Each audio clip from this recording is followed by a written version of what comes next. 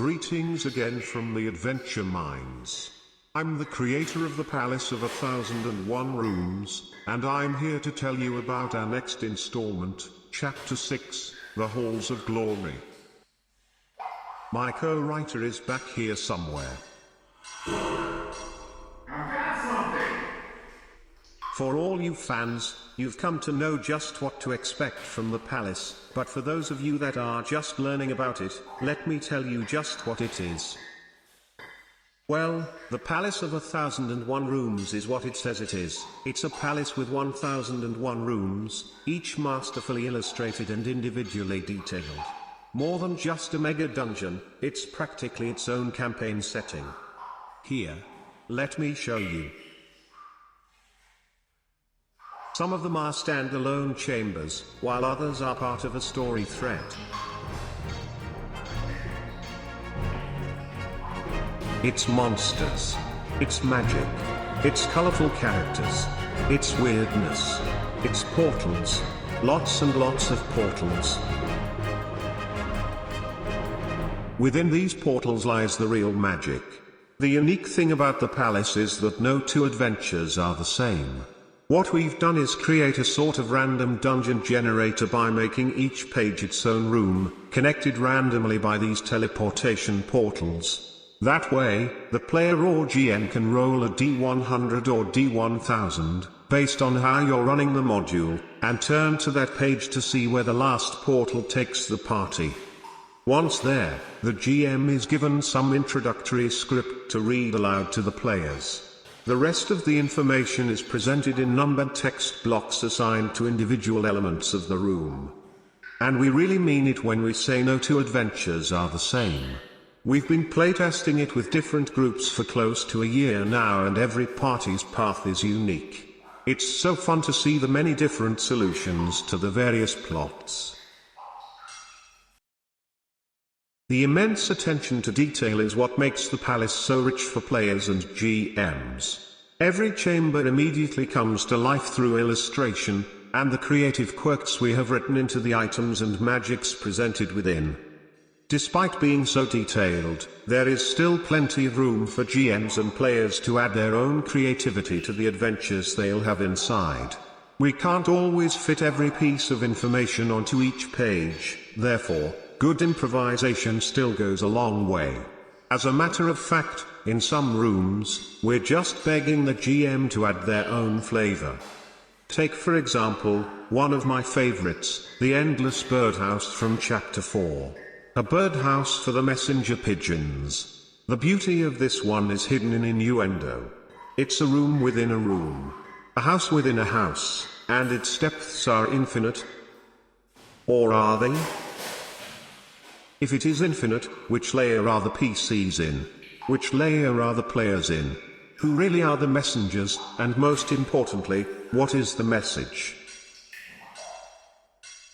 There are so many ways to interact with the palace. It is open to be played in whatever way your party wants, whether it be as tomb looters or righteous servants of some greater cause. Many of the monsters are more than just an obstacle to defeat. There are secrets.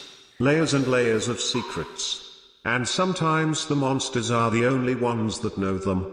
Clever PCs will be rewarded for their quick, role-playing wit, while the tanks will still be necessary to keep everyone alive, because there will be plenty of fighting as well. In fact, the palace is full of ways to die. We wanted to make it challenging. Each chapter increases in difficulty, making those characters who live to see the final chamber truly epic heroes. We've tried to make the palace as diverse as possible, allowing every flavor of D&D that people enjoy to be an element in the game. In some ways this is our ode to the entire genre. Our celebration of 47 years of fantasy gaming. This is everything but the kitchen sink. We'll probably throw the kitchen sink in there at some point. Becoming a backer is becoming a fan. We've launched several successful Kickstarters already to fund chapters 1 through 5. Our fans have come to enjoy waiting for each new chapter to be released, as you would anticipate the next season of your favorite show. While the chapters are all part of an ongoing story, each one is also a standalone adventure, and not all of the rooms are essential narrative elements. Many of them are just a fun vignette of some piece of classic D&D. Furthermore, you can even add your own piece of the palace. A few of our backer tiers allow you to add content to chapters in the works. We work with our backers to ensure that whatever goes in is customized to their tastes and edited to benefit any user. Here are some examples. This backer wanted to memorialize a beloved, fallen character from their old game, so we created a parallel for him to dwell here. Rest in peace, Dash. His soul may be gone, but his memory lives on, one action at a time. Not only do we lovingly craft each chapter, but we provide ongoing support for GMs as well as players running the modules. On our many social media platforms, you can get supplemental art, character portraits, questions answered, and feedback submitted. You can find a link tree to all our hangouts in the story for this Kickstarter. We're not just another game maker pumping out content. This is our baby. This is a labor of love. We believe in this. What can we say? We love Dungeons and Dragons. Like I mentioned earlier, this is our ode to the genre. We want to bring back all the things that have made this game so great for us, and present them to new gamers. Come relive what made D&D the phenomenon it is. In so many ways, fantasy gaming is reconnecting to the myths that defined our cultures.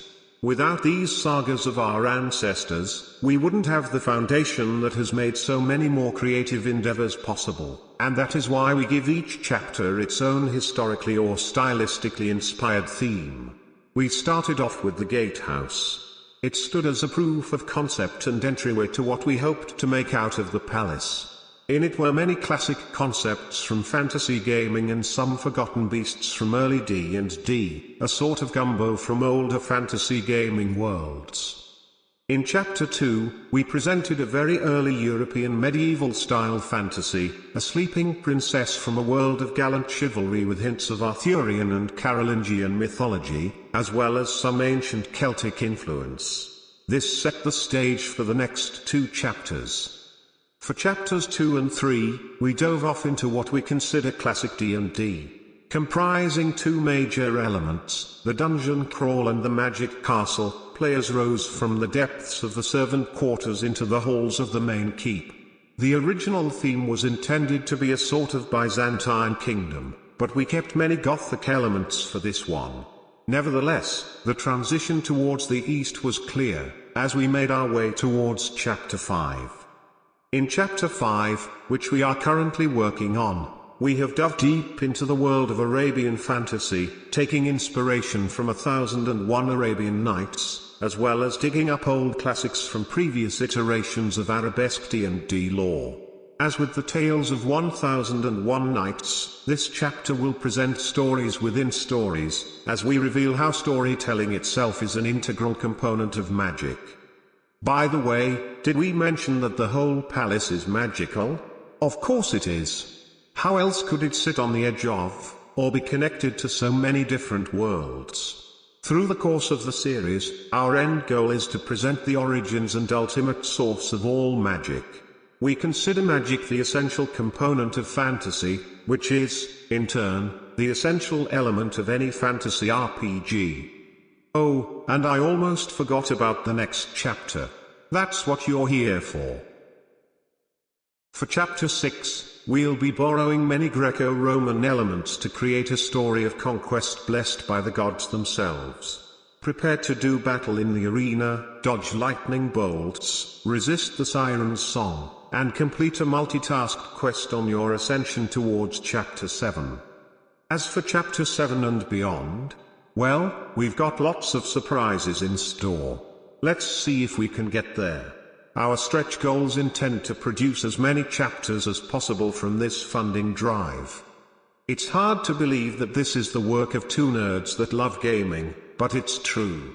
Chapters 1 through 5 have all been produced by 2 old friends. Before starting this project, we played D&D together along with some longtime friends for 25 or so years. D&D is what we do. Become a backer today and help us continue our passion. We hope you'll enjoy this beautiful, multifaceted gem that is the Palace of 1001 Rooms.